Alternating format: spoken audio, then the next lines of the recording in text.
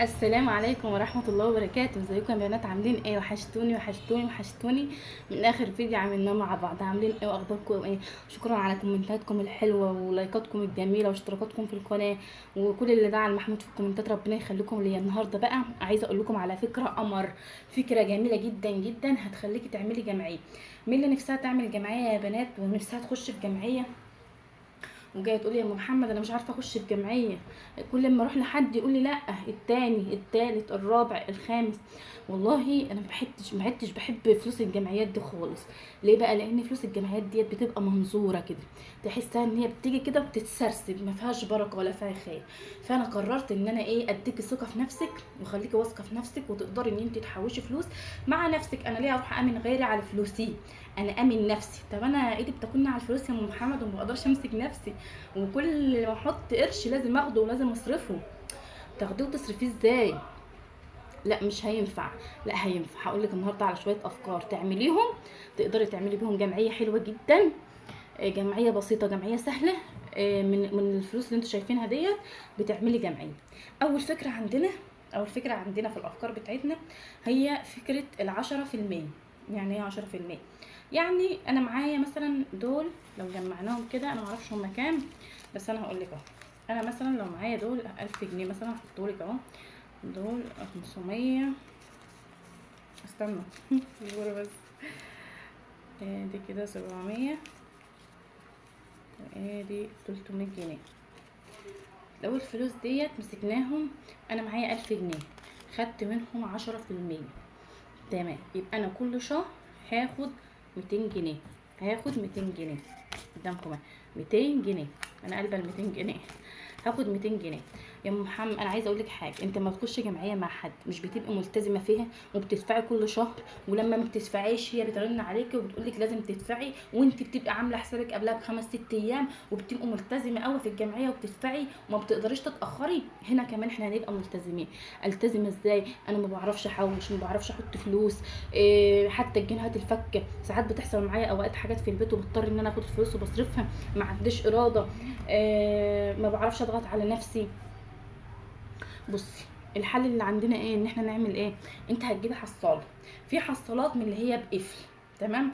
بس الحصاله اللي هي بقفل ديت انا هدي المفتاح. المفتاح طبعا مش هيبقى معايا، مش هيكون معاكي. هديه مثلا لاختي، لجارتي، لصاحبتي.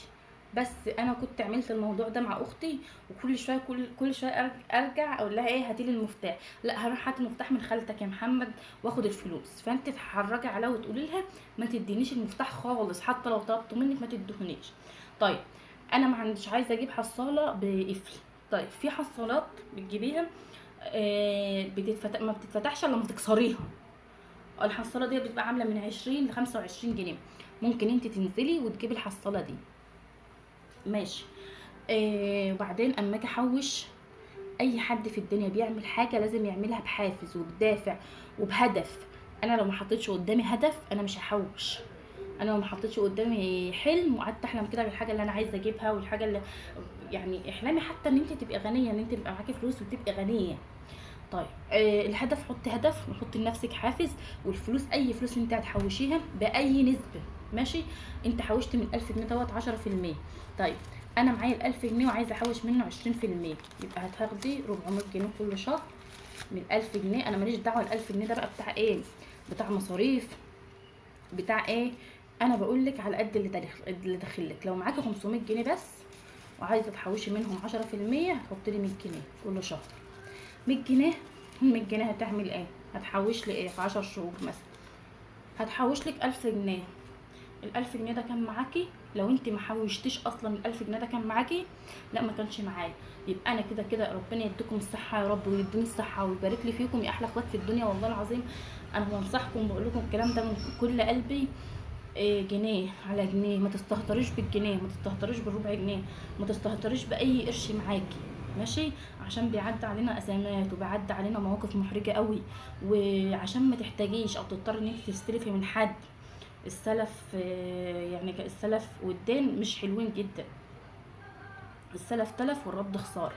فما تستلفيش من حد وما تحوجيش نفسك لحد، ما تعرفيش حد انت معاكي وكل ما معاكي فلوس وانت بتسحبي منها. يعني انا لو معايا ال1000 جنيه ده وحطاه مثلا في شنطه او بوك قديم زي ده كده اهو، كل شويه هفتح وهاخد وهفتح وهاخد وهسحب الفلوس اللي معايا كلها، ومش هعرف انا صرفت ايه. لازم تبعدي فلوس عن ايديكي في حته. عايزه تشيلهم بقى في البوسطه، عايزه تشيلهم في فيزا، عايزه تشيلهم في بوك قديم زي ده وترميه في الدولاب او ترميه في حته بعيد عن ايديكي. تمام. احنا اتكلمنا قبل كده وقلت لك ان الفيزا الميزه ممكن تفتحيها في البنك ب5 جنيه، ب10 جنيه، ب20 جنيه، بتقعد معاكي سنتين، بتقعد معاكي سنتين. ممكن تحطي فيها من اول 100 جنيه لحد 50,000، بتاخد لحد 50,000. انا مش مضطره ان انا اثق في حد تاني واروح اعمل جمعيه مع حد تاني، مع واحده تانية تقول لك ده عامله جمعيه معايا ب10,000، ده عامله معايا جمعيه ب15,000، ده معاها فلوس، ده مش عارفه ايه، وهي اصلا مش عارفه انت واخده الفلوس دي لايه. ماشي. وممكن تيجي بقى تخشي معاك جمعيه ممكن تدخلك في الاول، في اول الادوار يعني عشان تطمعك لبعد كده. بعد كده تقول لك ايه الاخير، لا التاني، لا مش عارفه ايه، وانت تقولي ايه اصل انا ما بعرفش اجمد قرش الا بالجمعيات. لا، جمدي قرش، اعملي حساب في البوسطه، فيزا في البوسطه، اعملي فيزا ميزه، افتحي حساب توفير في البنك، اعملي الحصاله اللي هي ما بتنكسرش ديت، حطي فيها ب20 جنيه ولا ب30 جنيه اللي هي الصفيح ديت. اعملي حصاله لرمضان، واعملي حصاله للصدقه، واعملي حصاله للبسك، واعملي حصاله لجزمك، واعملي حصاله لشنطك، واعملي حصاله للميك اب، اعملي حصاله دلعي بيها نفسك. اعملي، في ناس والله بيعملوا حصالات، يقول لك يوم كده نعمل حصاله نطلع ناكل بره او نغير من نفسيتنا. شجعي نفسك لانك محدش هيشجعك، محدش هيدلك على الخير، محدش هيقولك اعملي قرش للزمن، محدش هيقولك لا خليكي جامده واجمدي على نفسك. الحاجه اللي نفسك فيها وحاسه ان هي تافهه ما تجيبيهاش، استغني عنها. ال100 جنيه اللي انت شايفاه ده اهي 100 على 100 على 100 على 100 على 100 هتلاقي معاكي 1000، 2، 3، 4، 5. هاتي بس الحاجات الضروريه لان احنا بقينا في زمن صعب قوي، في زمن محتاج ان احنا نخلي بالنا من كل جنيه. لو ما كانش عشان خاطرك يبقى عشان خاطر عيالك. الفكره النهارده في الفيديو ان انت تحوشي بالنسبه. عايزه تعملي جمعيه ب1000 جنيه، يبقى انا اشوف المبلغ اللي معايا 5000 جنيه اخد منه نسبه 10%. تمام، اللي هم 500 جنيه. لو معايا 10000 جنيه هاخد منهم نسبة 1000 جنيه. 1000 جنيه ده خلاص راح، مش هدور عليه، مش ان انا حاطاه في دماغي وعمال افكر فيه وابقى انا ايه مسنود عليه. ايوه انا هصرف اللي معايا لان انا معايا 1000 جنيه عيناه، مفيش الكلام ده. لازم تبقى عارفه انت بتعملي ايه، ماشيه ازاي. فكري. اعملي زي اي واحده شاطره بتدبر وتوفر وبتجيب. هتجيبي لو ربنا كرمك وقدرت تحوشي ممكن تجيبي خاتم 3 جرام وحلق 3 جرام وسلسله 3 جرام. حاولي كده تعبسي جواكي عن حلم انت كنت بتحلميه قبل كده وانت صغيره او انت كبيره ونفسك تحققيه دلوقتي. ما تقوليش ده انا لسه بدري ولسه في اول عمري. لا، انا اعرف ناس متجوزين قريب شهر واثنين وثلاثه وسنه واثنين وستات وعاملين حصالات 100 جنيه والربع جنيه ولا 10 جنيه. في ستات كتير بترجع تندم وتقول يا ريتني كنت عملت لنفسي قرش، يا ريتني كنت. لان لما انت بتركبي القطر بتاع التضحيات وتقولي يلا عشان كذا عشان محدش في الاخر بيرجع يشكرك ويقول لك كتر خيرك انت ضحيتي الا قليلا يعني، الا ما رحم ربي. فانا بقول لك ما تستهتريش بال10 جنيه، ما تستهتريش بال5 جنيه، ما تستنيش حد يديك الفرصه ان انت تخشي معاه جمعيات. ما تحسسيش اللي قدامك ان انت لا دخليني معاكي، والله انا محتاجه لكذا. لا، اعملي حساب بكره، اعملي حساب بكره، لو بربع جنيه، لو ب5 جنيه، لو ب10 جنيه. اعملي حساب بكره مع نفسك ولنفسك. يوم لا ينفع الندم ما بينفعش اللي ما بيدورش على نفسه وما بيأسسش نفسه. وال100 جنيه ده اهي كده كده هتنصرف، وكده كده هي ما عادش بتجيب اي حاجه. فال100 وال10 كل اللي ايدك تطوله حاولي ان انت تشتغلي بيه على نفسك. لو انت في نفسك تعملي مشروع، نفسك تعملي بيزنس لنفسك ومعكيش رأس المال، حاولي ان انت تدبري رأس المال عشان الفلوس اللي انت تحوشها تجيب لك فلوس اكتر واكتر واكتر. تمام. كل الفلوس اللي معانا فلوس بسيطة وبنتكلم في حاجات بسيطة. لو عجبك الفيديو ووصلت معايا لحد هنا ما تنسيش اللايك والاشتراك في القناة وتفعيل الجرس عشان ان شاء الله تنضموا لعيلة ام محمد ومحمود.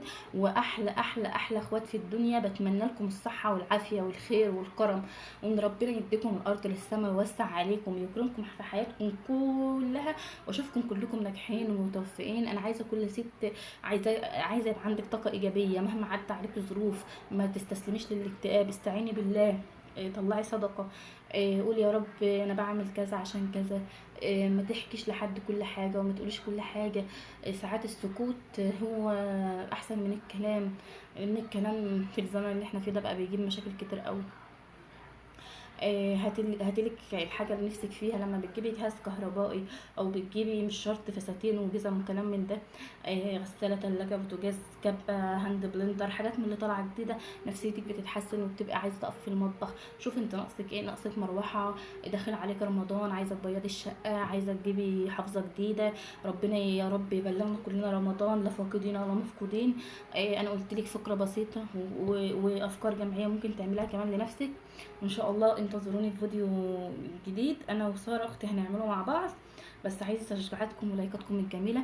ما تنسوش الاشتراك في القناه وتفعيل الجرس. اشوفكم ان شاء الله على خير في فيديو جديد، فيديو وافكار جميله وافكار قمر جدا. ما تنسوش حبايب قلبي الاشتراك في القناه.